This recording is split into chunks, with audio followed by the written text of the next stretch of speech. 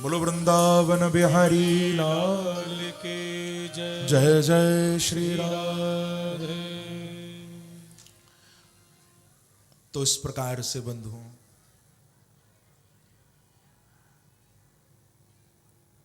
सूत जी महाराज शौनकादि ऋषियों को यही कहते हैं कि ऋषियों,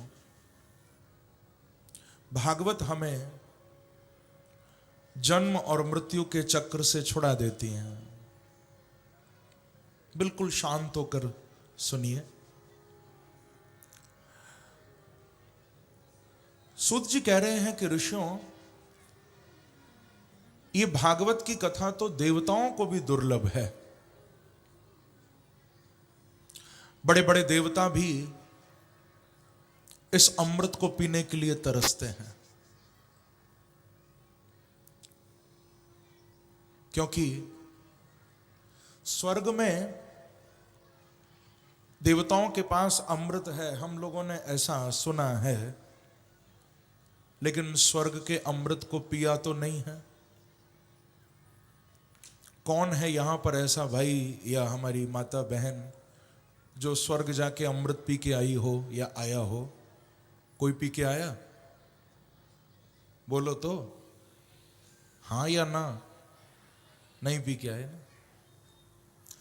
तो स्वर्ग में देवताओं के पास अमृत है, हमने केवल सुना है, लेकिन ये भागवत का, ये कथा का अमृत ऐसा है जिसको सुना नहीं, जिसको हम पी रहे हैं बैठकर यहां।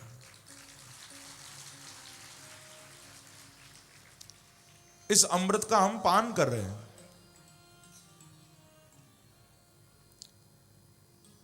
यहां तो कहा गया कि क्व सुधा क्व कथा लोके क्व कांचः क्व मणिर्महान्। स्वर्ग का जो अमृत है वो तो कांच की तरह है, और ये जो भागवत का अमृत है ये मणि की तरह है। आप बताओ, कांच कीमती है या मणि कीमती है? मणि अनमोल है, कांच की कोई कीमत नहीं। प्रेम से कहिए श्री राधे। भागवत की कीमत है। बड़े बड़े देवता भी इस अमृत को पीने के लिए तड़पते हैं, तरसते हैं बंधुओं, क्योंकि देवताओं के स्वर्ग में भागवत नहीं होती। ध्यान रखना। बहुत से लोग ये भी सोचते हैं कि महाराज अभी कथा सुनने का टाइम थोड़ी ना हुआ। जब मैं किसी को कहता हूं ना भागवत सुनो, लोग कहते हैं अभी सुनने का टाइम कहां हुआ। बोले कब सुनोगे? बोले जब मरकर ऊपर जाएंगे तो ऊपर जाके कथा सुनेंगे। ऊपर तो कोई दूसरा काम भी नहीं होगा, वहां जाके कथा ही तो सुननी है, और क्या करना है।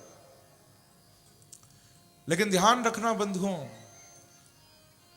ऊपर जाकर आप बाकी सब कर सकते हो, शायद सारी सुविधाएं आपको ऊपर मिल सकती हैं, लेकिन भगवान की कथा का अमृत यदि कहीं मिलेगा तो केवल इस धरती पर ही प्राप्त होगा।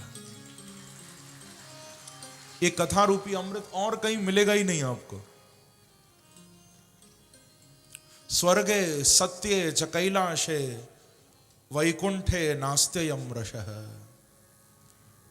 अतः पिबंतु सद्भाग्या मामा मुंचत करहिचित।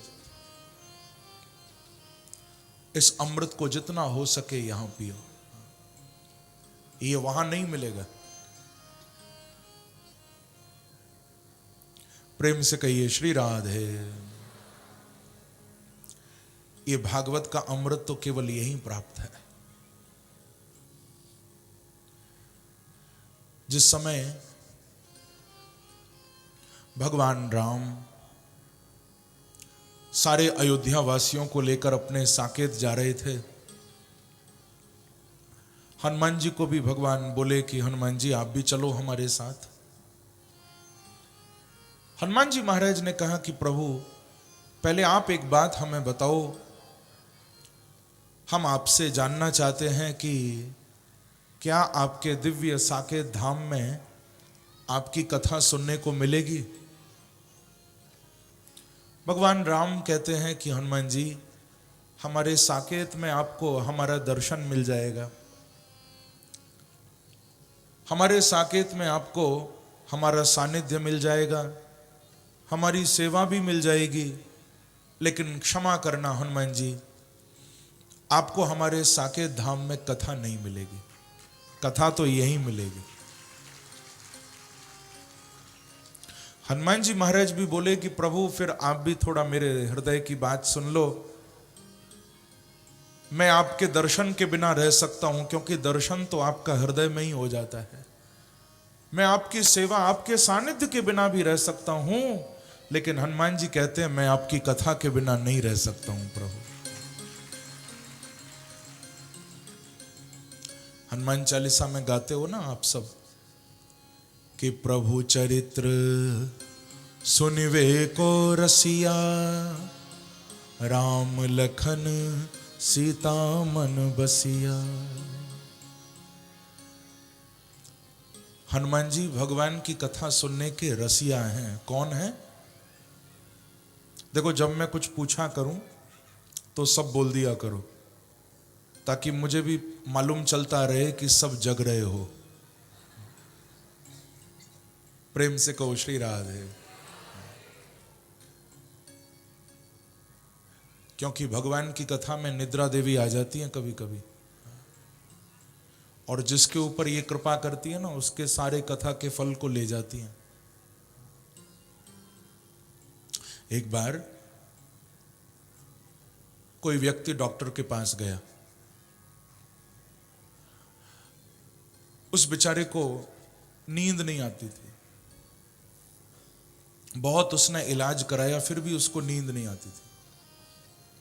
डॉक्टर को जाके बताया कि डॉक्टर साहब आप ही कोई दवा दो, कोई ऐसा इलाज करो जो थोड़ा मैं सो सकूं।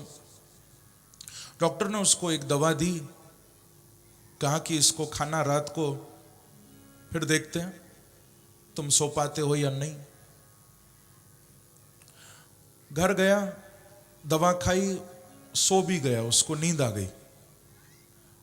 अगले दिन डॉक्टर के पास आया, बड़ा प्रसन्न था। डॉक्टर समझ गया कि सो के आया है इसीलिए इतना प्रसन्न है। डॉक्टर ने आते ही उसको पूछा कि भैया रात को निद्रा देवी आई थी? उसने कहा डॉक्टर साहब क्या पूछा आपने, फिर पूछना। बोले रात को निद्रा देवी आई थी? बोले मैं तो दवाई लेके सो गया था, मुझे नहीं मालूम आई थी या नहीं आई थी। प्रेम से कहो श्री राधे। वो सोच रहा निद्रा देवी किसी महिला का, माता का नाम है। बोले मुझे नहीं पता, मैं तो सो गया था। तो कभी कभी ये निद्रा देवी कथा में भी आ जाती है,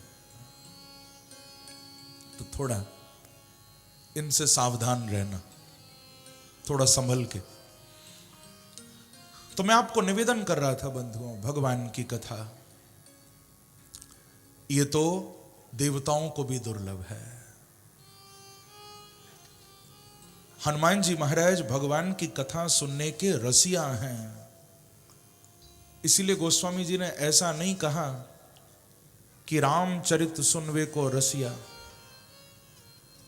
गोस्वामी जी कहते हैं प्रभु चरित्र, प्रभु यानी चाहे राम हो चाहे कृष्ण हो, चाहे राम कथा हो चाहे भागवत कथा हो, आज भी जहां जहां भगवान की कथा होती है हनुमान जी साक्षात कथा सुनने के लिए आते हैं।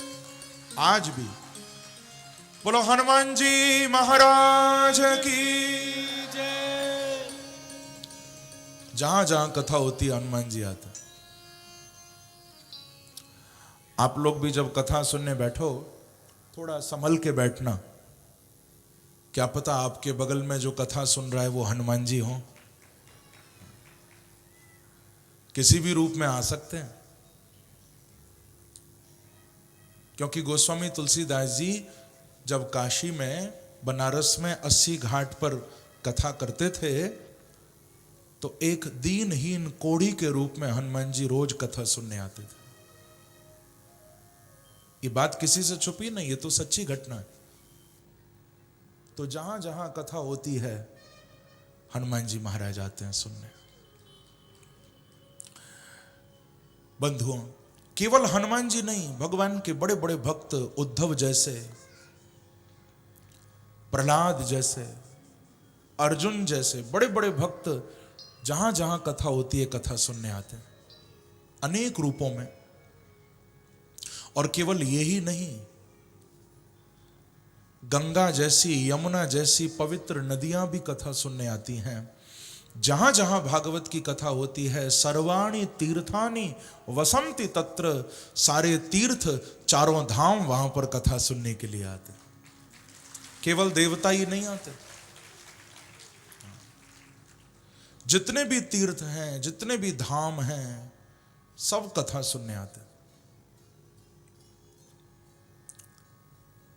वैसे अगर आपको किसी तीर्थ में जाने का फल चाहिए, ध्यान से सुनना, किसी तीर्थ में जाने का आपको फल चाहिए तो उसके लिए कम से कम उस तीर्थ में जाकर आपको 2 रात रुकना पड़ेगा, यानी 3 दिन गुजारने पड़ेंगे, तब आपको उस तीर्थ में जाने का थोड़ा सा फल मिलेगा। लेकिन किसी तीर्थ का यदि पूरा पूरा फल चाहते हो तो ऐसा लिखा हुआ है, उस तीर्थ में आपको कम से कम 12 साल गुजारने पड़ेंगे। कितने साल? 12 साल। अब सोचो, इस हिसाब से तो शायद हमको एक तीर्थ का भी फल न मिले, क्योंकि 12 साल किसी तीर्थ में कौन रहेगा जाके, बिना कहीं आए जाए लगातार 12 साल। इस हिसाब से तो शायद एक तीर्थ में रहने का भी फल हमें न मिले। लेकिन भागवत की महिमा में लिखा हुआ है बंधुओं कि जो भागवत के प्रांगण में आकर बैठ जाता है, जो कथा में आकर विराजमान हो जाता है, उसे बैठे बैठे ही सारे तीर्थों में जाने का पूरा पूरा फल प्राप्त हो जाता है, सारे धामों की यात्रा का पूर्ण फल उसको प्राप्त हो जाता है। ऐसी भागवत की महिमा है। सूत जी शौनकादि ऋषियों को सुंदर निवेदन कर रहे हैं। भागवत की महिमा के संबंध में एक प्रसंग सुनाया। प्रसंग बड़ा दिव्य है। श्री नारद जी महाराज सारे तीर्थों में भ्रमण करते हुए वृंदावन पहुंचे थे। यामुनम तटमापन्नो यत्र लीला हरे रभूत, यमुना जी के किनारे हमारा श्री धाम वृंदावन, जहां पर भगवान ने सुंदर सुंदर लीलाएं की हैं। नारद जी वृंदावन आए। यमुना के किनारे नारद जी का मिलन भक्ति महारानी से हुआ। श्री नारद जी क्या देख रहे हैं कि यमुना के तट पर भक्ति बैठी है। बहुत ध्यान से सुनना। भक्ति की गोदी में सिर रख के 2 पुरुष लेटे हैं, अनेक स्त्रियां सेवा कर रही हैं। भक्ति ने नारद जी को देखा तो आवाज लगाई कि भो भो साधो क्षणम तिष्ठ मच्चिंतामपि नाशय दर्शनम तव लोकस्य सर्वथा गहरम परम। नारद जी को देखकर आवाज लगाई और कहा, हे साधु उत्तिष्ठ, हे साधु उत्तिष्ठ, ठहर जाओ, ठहर जाओ। नारद जी रुक गए, हाथ जोड़कर पूछा, आप कौन हो? यमुना के तट पर आप बैठी हो, आपकी गोदी में ये दोनों जो लेटे हैं, ये कौन है? आपकी सेवा में इतनी सारी स्त्रियां लगी हैं, ये कौन है? अपना परिचय दिया।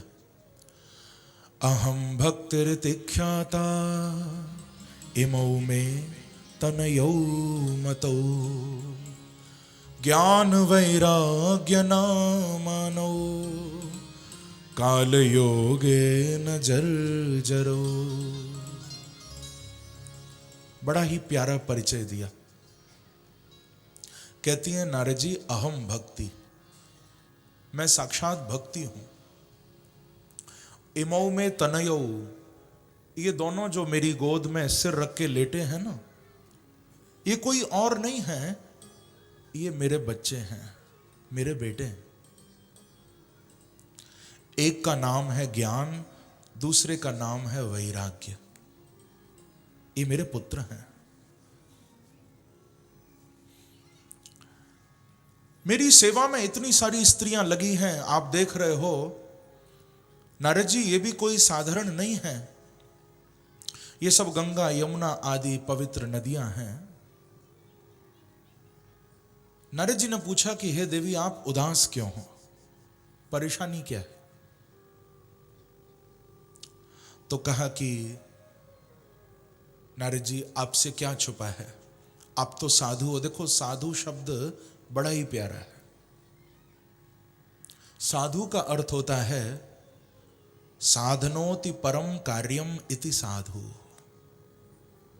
जो दूसरे के कार्य को साधे, जो दूसरे के काम को बनाए, वो साधु है। लेकिन यहां तो माफ करना, बनाने वाले लोग कम हैं संसार में, बिगाड़ने वाले ज्यादा हैं। कुछ लोग इसी कोशिश में लगे रहते हैं कि दूसरे का काम कैसे बिगाड़ें, वो इसी काम में लगे रहते हैं। उनका काम ही यही है, दूसरे को नीचा दिखाना, दूसरे का काम बिगाड़ना, बस।